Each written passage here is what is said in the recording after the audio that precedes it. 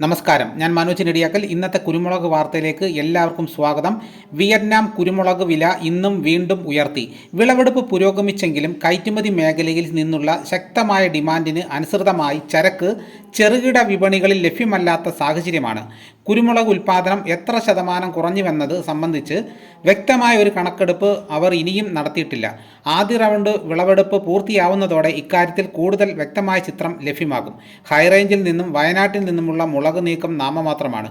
200 രൂപയുടെ മുന്നേറ്റം കാഴ്ചവെച്ച് അൺഗാർബിൾഡ് കുരുമുളകിന് 707 രൂപയിൽ വ്യാപാരം നടന്നു. ഈ വർഷം കുരുമുളകിന് വൻ ഡിമാൻഡാണ്. ഡിമാൻഡ് വർദ്ധിക്കാൻ കാരണം ഈ വർഷം ഉൽപ്പാദനം വളരെ കുറവായിരുന്നു. ഇപ്പോൾ ഓരോ ദിവസം വില കൂടുന്ന ഒരു പ്രവണതയാണ് കണ്ടുവരുന്നത്. അപ്പോൾ ഇതാണ് ഇന്നത്തെ വീഡിയോ. ഇതേപോലെയുള്ള കുരുമുളക് വാർത്തകളും കുരുമുളകിനെ കുറിച്ചുള്ള മറ്റു കാര്യങ്ങളും വിലകളും എല്ലാം കൃത്യമായി അറിയാൻ ചാനൽ സബ്സ്ക്രൈബ് ചെയ്യാത്തവർ ചാനൽ ഒന്ന് സബ്സ്ക്രൈബ് ചെയ്ത് നോക്കുക. എല്ലാവരും ലൈക്ക് ചെയ്ത് സപ്പോർട്ട് ചെയ്യണം. മറ്റു ഗ്രൂപ്പിലോട്ടൊക്കെ ഒന്ന് ഷെയർ ചെയ്യണം. മറ്റൊരു വീഡിയോയുമായിട്ട് ഉടനെ എത്താം. എല്ലാവർക്കും എൻ്റെ നന്ദി.